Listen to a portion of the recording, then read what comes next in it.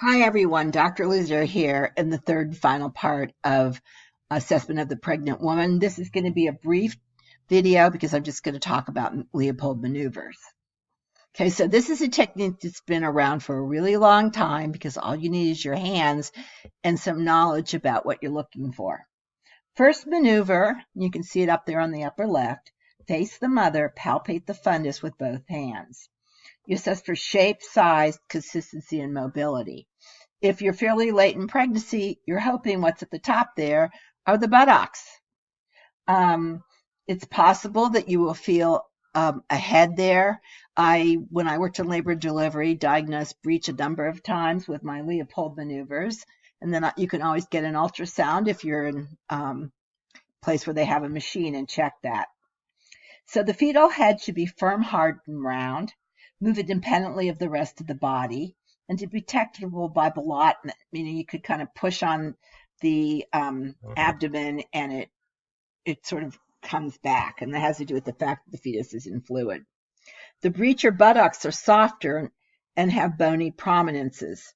They move with the rest of the form. So remember, you're hoping the breech is up and the baby's vertex, the head is down. The second maneuver determines position of the back. So facing the mother, place both hands on the abdomen.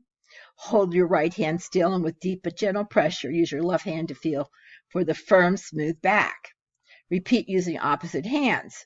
So the side that isn't firm and smooth should have lumpy or small protrusions, which are the hands and feet.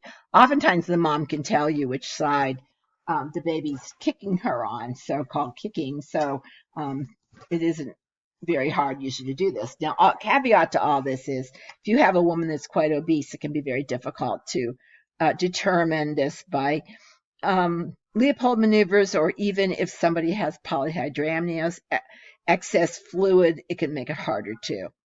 The third maneuver occurs when you're trying to figure out which part is lying above the outlet. So you gently grasp the lower portion of the abdomen just above the symphysis pubis with the thumb and fingers of the right hand and confirm the presenting part.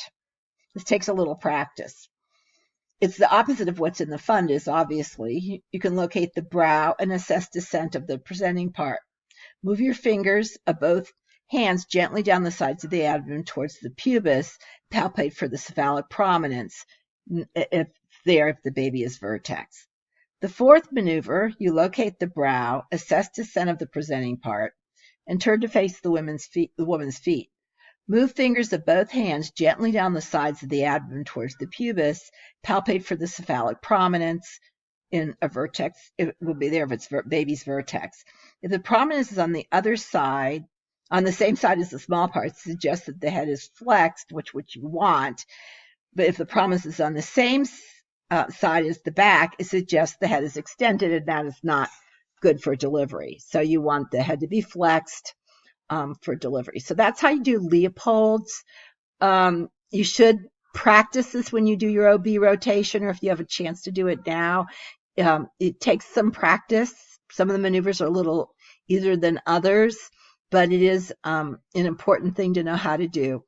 I hope that you've enjoyed this discussion of taking care of pregnant women.